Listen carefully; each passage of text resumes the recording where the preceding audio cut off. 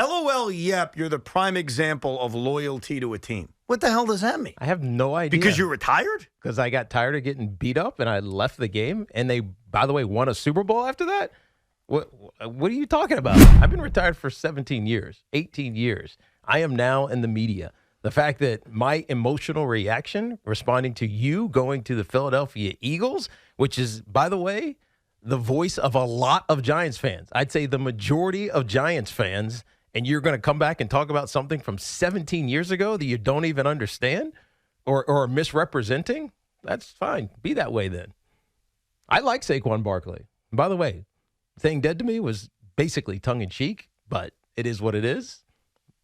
Get offended. You've been a hater since I got to New York. Why have you been hating Saquon Barkley? I don't even know what he's talking about. I've done nothing but support Saquon Barkley. I'm not sure what he's talking about. Now, if he's going to pull this, I'm gone now, hate me if you want to, fine. We'll hate you, right? You're not talking to me because I don't care. I've been retired for a long time, almost 50 years old. You didn't need I know what my legacy is with the New York Giants. I'm pretty sure I was a Giant for life. Do you think your legacy with the New York Giants is better than Saquon Barkley's? Do I need to answer that? Yeah. Big JTV, man. Like, comment, sub. Unless you're a Giants fan. If you're a Giants fan, I expect all kinds of dislikes in this video. And I would dislike it too. Because y'all just lost the most important player on your franchise to your rival. Yes, to your rival. I'm talking about the Philadelphia Eagles getting Saquon out of New York and giving him actually a pretty reasonable contract. You know what I mean? The 3-year, $40-something million contract that led to Saquon reacting. Actually, no, first off, Tiki Barber said this, right? When he saw that Saquon was, signed to Philly, he said, Tiki Barber, legendary New York Giants running back who retired, and then the Giants ended up winning right after. He went up to say this: "You're dead to us, Saquon. Good luck. You're dead to me." Now, I'm not sure exactly where he said that. If he said that in person, if he said that on his radio show, WFAN. But it was kind of a wild reaction. Let's just keep it real. It was a wild reaction. At the same time, they lost a player, a safety, on their team called Xavier McKinney to the Green Bay Packers. It was actually a very, very talented safety and was great on that, Giants defense, which actually got them in the playoffs last year. Saquon and that defense got them in the playoffs last year, and then Dayball decided to not, and the Giants front office decided, let's just franchise tag our best player and give the bag to Daniel Jones, who was pathetic. Anyways, long story short, Saquon has some kind of tweet where he says, "Yo, you've been hating from day one." I'm not going to quote it fully. I think he might have even deleted it. Let's keep it real, bro. Yeah, homie might have deleted it. Yeah, he might have deleted it, man. Anyways, man, as I search over here, he was pissed. Saquon was cheesed, and he went off and said, "Yo, you've been hating since day one. At least I didn't abandon or leave my teammates." He deleted that tweet. I couldn't find it.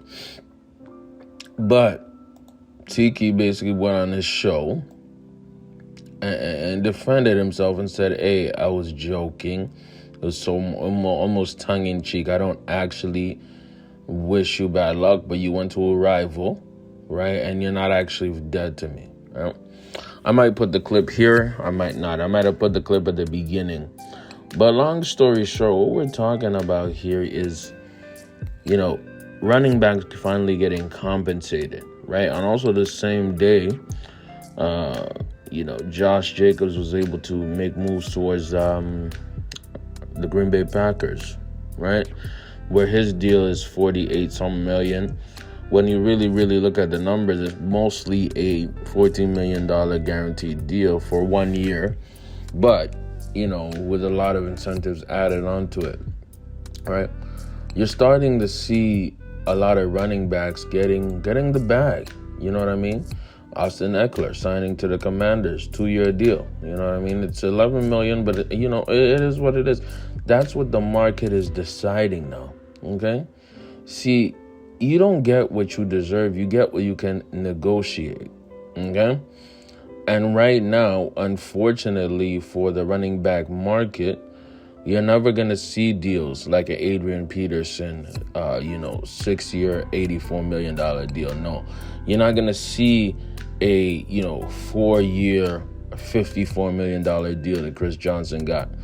You're not going to see that, right? Unfortunately, that's what it is. If you are a second-tier wide receiver, we're talking about like Odell Beckham or Gabe Davis, their contracts are very similar to what high-end running backs are getting. See, last year, the Ravens, and I don't know how wise this was, but, it depends who you ask, they gave a $15 million one-year deal to Odell Beckham Jr., right?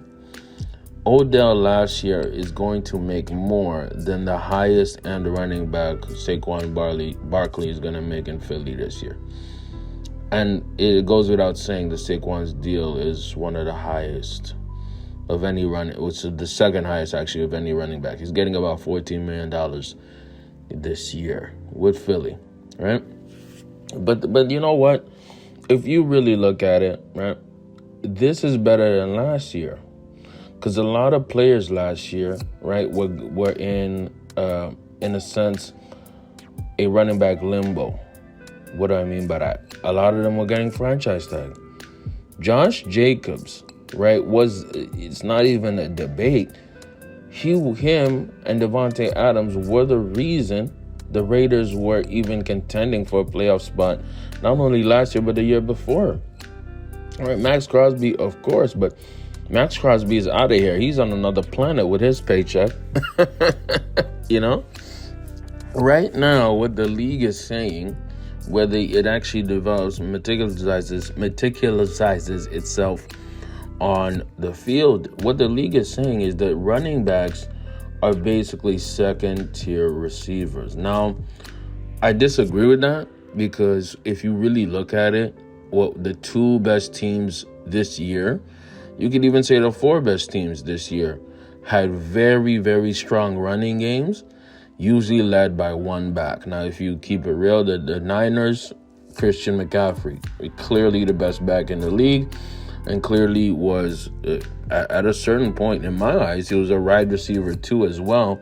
He was doing double duty. He was incredibly vital to the Niners, making it to the Super Bowl. Isaiah Pacheco, incredibly important for the Chiefs to even make a big playoff run and get off some wins. Because, of course, in the playoffs, I don't think Pacheco had a great playoffs. But even having the threat of the running back coming out of the backfield was enough to have defenses on edge. Look at the Ravens. The Ravens, they just lost Gus Edwards to the Chargers. Shouts out to Gus actually getting a bag, you know what I mean? Relative to his placing as an undrafted, running back, he was able to get some. Good for him. But Gus Edwards put up 12 rushing touchdowns throughout the season. Right, I don't know why they stopped running him as much in the playoffs, which is very stupid by Todd Monken. But then you have on the other end, you have Lamar Jackson giving you 800 yards on the ground.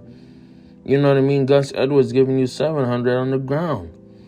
Like, that is a tandem right there. You know what I mean? You're getting 1,000, close to 1,700 yards. Pretty much. That's what you're getting on the ground. Nearly 2,000 yards on the ground, bro. You know what I mean? That's amazing. That's how you win a lot of games. And then you look on the other side, the NFC side, you look at the Detroit Lions, David Montgomery, Jahmyr Gibbs. If you don't have those type of players, that thunder and lightning combo, you don't make it to the NFC Championship game. The Detroit Lions are trash without that. Right? So investing in your running game and in your running backs actually is more fruitful than you think.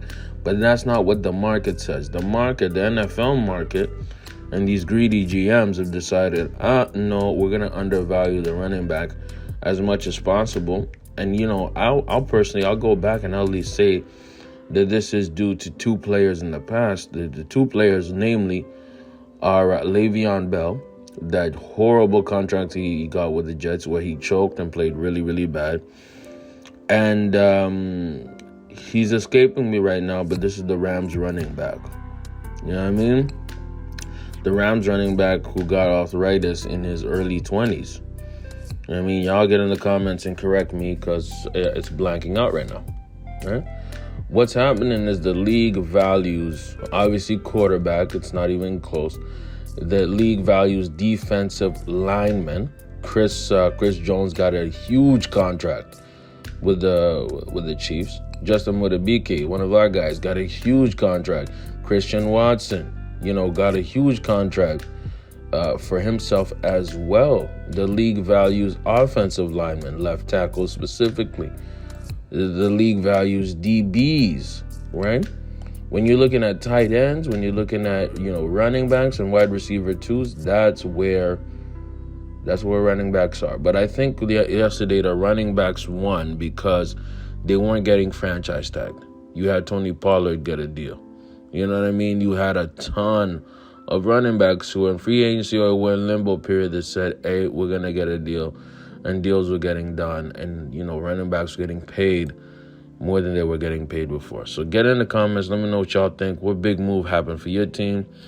What do you think of the Saquon versus Tiki Barber beef? I think, relative speaking, Saquon got in his feelings. Tiki was probably joking because he's a Giants fan. But Tiki should be more mad at his franchise for letting their best player walk out that door. And Saquon was their best player. Saquon was their best player. I'm going to take a guess that they're tanking this season. I don't see a running back that's really huge or influential coming out of the draft. This is going to be a 3-12 season for these guys, man. Probably 4-12, more correctly. But let me know what y'all think in the comments below, man. It's been Big J TV. I'm out, bro.